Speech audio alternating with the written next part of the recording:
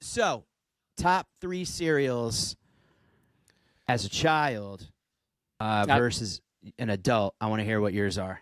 Oh man, top 3 as a kid versus an adult. All right, I'm gonna go with top 3 as a kid: corn pops, frosted flakes, and I was a Trix kid for a little bit, but then I fell off of it. Okay. But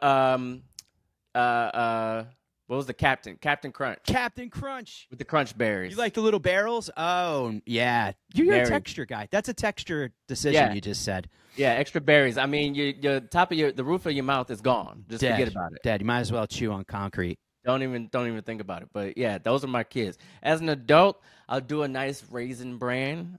Gotta eat it quick. Let me tell you something. The person who invents a Raisin Bran flake that doesn't turn to snot 3 seconds after hitting the milk will win the Nobel Prize. Yes. I promise you. Yes, Will win yes. the Medal of Freedom. It definitely doesn't have a good. Yeah, it ages like an avocado. Yeah, it's not fun. It's not fun. You got to go in quick. Yeah. But I'll do Raisin Bran, and I'll do outside. Oh, Honey Nut Cheerios still. Okay. And let's see for the third one. Those are the two. Maybe some other variation of Raisin Bran. Maybe, or yeah. cereal. Or maybe you bring in one of your old favorites as like a nostalgia. Yeah, a little nostalgia here and there. A little nostalgia. Maybe I'll do a cinnamon toast. Cinnamon toast, you can't go wrong. Right on. Right on. What about you? Top 3. My top 3 childhood cereals are Cinnamon Toast Crunch is always first and foremost going to be number 1 to me. Yeah. Always. The consistency, it would tickle your nose a little bit if you got like a real cinnamony piece that the 3 guys put a lot of stuff on. Those little cinnamon monsters. Lucky Charms. Lucky Charms I loved. And scooped up the marshmallows. Did you save the marshmallows for the end, or was it all encompassing? this is a thing with me, man, and I still do it where I try to ration out. I believe every meal that you sit down and eat, every slice of pizza, every bowl of cereal, every bowl of ice cream, every apple has one apex bite, like one perfect experience. Yeah. And I would build up to it, and I would have a wind down from it. So, like, if I have a bowl of cereal and it's a heaper with like 70-30 marshmallows to those little dumb things, Odie things, I would have that spoonful, and in my head I go, that's as good as it's going to get right now. Like, I just peaked. Like, that's this bowl of cereal, and I just had an orgasm, and now we're going to, smoke a cigarette or whatever. There you go. So, yeah, but I still do that. Like, I definitely, like, if I get a good slice of pizza, I'm like, that's it. I peaked. Maybe that's when I should just stop eating instead of maybe that's my body going like, yeah, dude, you're done. Okay? Like, what you were looking for, whatever hole you were trying to fill, you did. Yeah, it's done. That whole thing in your mouth, it's filled.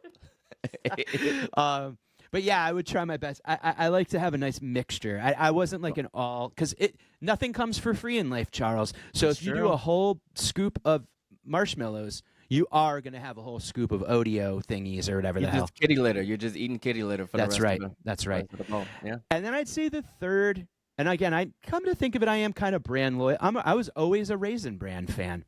Yeah. Because like I said, I had a weekday cereal, and then I had a weekend cereal. So like during the week, my mom wasn't letting me eat like Cinnamon Toast Crunch like crazy. So I'd have to do my healthy cereal. Healthy cereal. Yeah, exactly. Yeah. Raisin Bran was. Meanwhile, you look on the back of a Raisin Bran box. It's like fructose. Dye Sucrose. number 58. Yeah, purple 13. It was like calling audibles, dude. They're just yelling out. They're just Peyton Manning ingredients. There's Omahas in there somehow. Ridiculous.